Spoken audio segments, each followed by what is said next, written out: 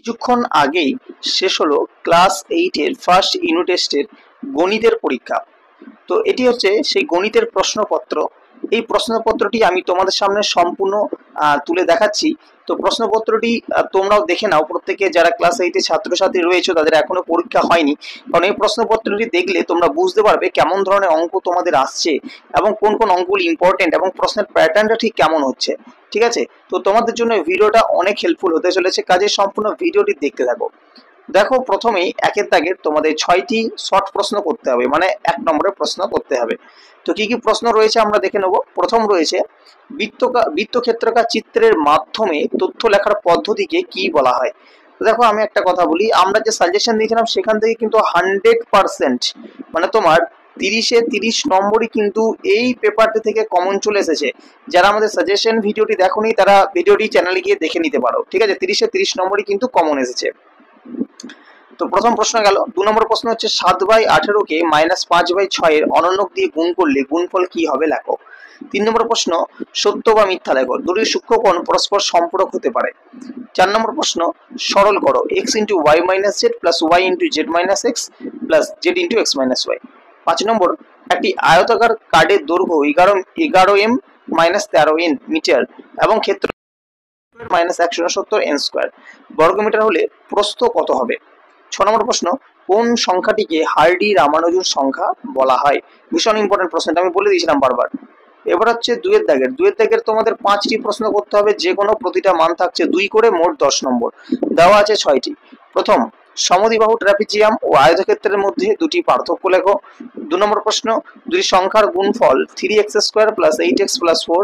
একটি সংখ্যা 3x + 2 হলে অপর সংখ্যাটি লেখো। ঘনমূল নির্ণয় করো 512। 4 নম্বর প্রশ্ন a ও b ধনাত্মক পূর্ণ সংখ্যা এবং a² - b² = 9 × 11 হলে a ও b এর একটি করে মান লেখো।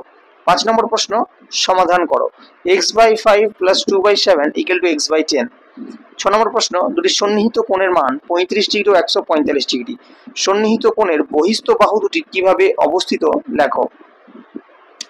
এরপর হচ্ছে তার পরবর্তী পেজে তোমাদের যে কোনো দুটি প্রশ্ন করতে বলেছে। 3 এর দাগে যে কোনো দুটি প্রশ্ন করতে বলেছে, প্রত্যেকটা মান থাকছে 3 করে। তো 1 নম্বর প্রশ্নে বলা হচ্ছে উৎপাদকে বিশ্লেষণ করো। কি আছে না x⁶ + 3x⁴ b² + 3x² b⁴ +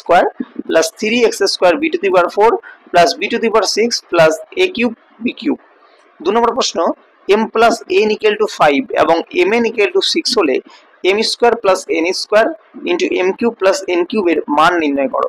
3 নম্বর প্রশ্ন অভেদের সাহায্যে গুণ করো 4a - 5b × 16² + 20ab + 25b²। প্রতিটা অঙ্ক কিন্তু একদম বই থেকে দেওয়া হয়েছে, সুতরাং কেউ যদি ভালোভাবে বইয়ের অঙ্কগুলিকে প্র্যাকটিস করে যায় সে কিন্তু 30-এ 30 নিশ্চিত কমন পেয়ে যাবে।